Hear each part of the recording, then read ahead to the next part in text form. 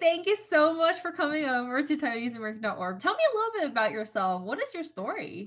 I was born in a little town in Bucks County, Pennsylvania. I currently live across the river in New Jersey, in Lawrenceville. From a very young age, my father has ingrained and instilled really strong Taiwanese American identity. However, going to school wasn't reflected in, people supporting who I am. So in terms of fostering my Asian American identity, I had to go out and really seek the community. I was always very drawn to crafting or creating things by hand and kind of synthesizing all these different things that I know about the world to create one beautiful art piece. But knowing, the rational side of my brain, I'm like, I need to be able to make a living out of it. So going to college, I majored in graphic design. And right out of college, I jumped right into advertising. My mid 20s, you kind of hit rock bottom because, given that you were trying to be in an industry where you're not very represented, but I didn't feel that my gender or my race was an excuse to not be happy. Right when I was around 28, things were kind of more at peace and I was getting kind of in groove with my career. And then you kind of wake up and you're like, okay, who am I? In college, high school, I really felt a good sense of my root identity, but the Asian American identity was kind of a black hole for me. I think in order to feel grounded, you really need to know your history. And so I set out to kind of write a children's book about Asian women pioneers because I know the history that of my parents, but not of like who were the first Asian women that stepped on shore, like what was the history there. So now that I'm in my early 30s now, I really try to connect with not only the Taiwanese American community, but also know the history of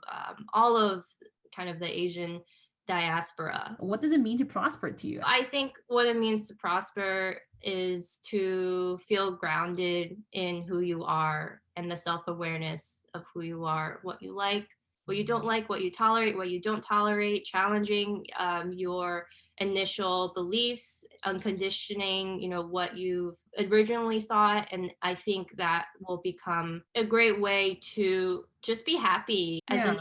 woman, it's very hard to kind of sift through all the different, societal expectations and how to, make your parents proud. There's a lot of different things that are kind of scrutinized. For me, once I know myself unconditionally and love myself unconditionally, it's really easy to then help others. What does it mean to be a Taiwanese American entrepreneur?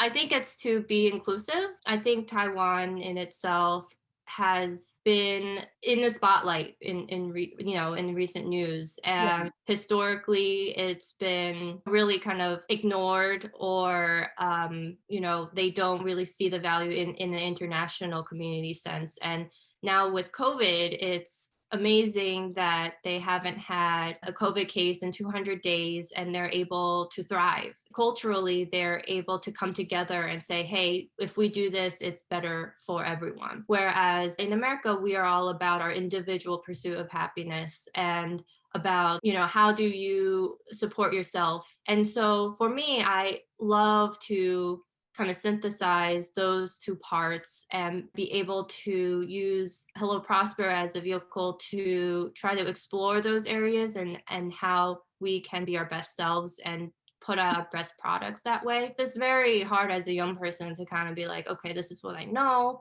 but this is what my American friends are doing. So straddling those two identities is always difficult, but it's great in entrepreneurship because I think we are made to kind of sift through and understand complexity. What do you think is something that Taiwanese Americans or Asian Americans need to pay attention to right now?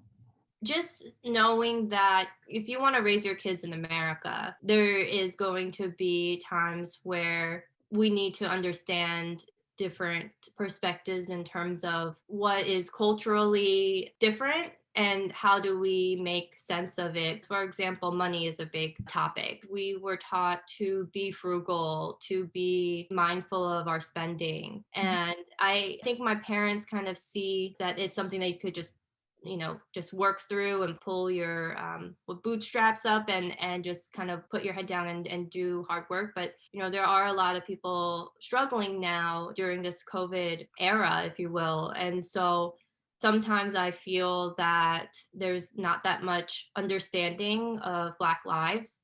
And Mm. so it's been a great time now to have that time to kind of explain the history. As a fairly new Asian immigrant population, we kind of see that, we've succeeded. My children were able to go to college because we saved and all that. And there's different money mindsets for everyone. And number two is, I think it's important to also understand that Asian Americans need to come together. There is some historical tension between many different ethnicities. And it's because, during World War II, all of Asia was at war.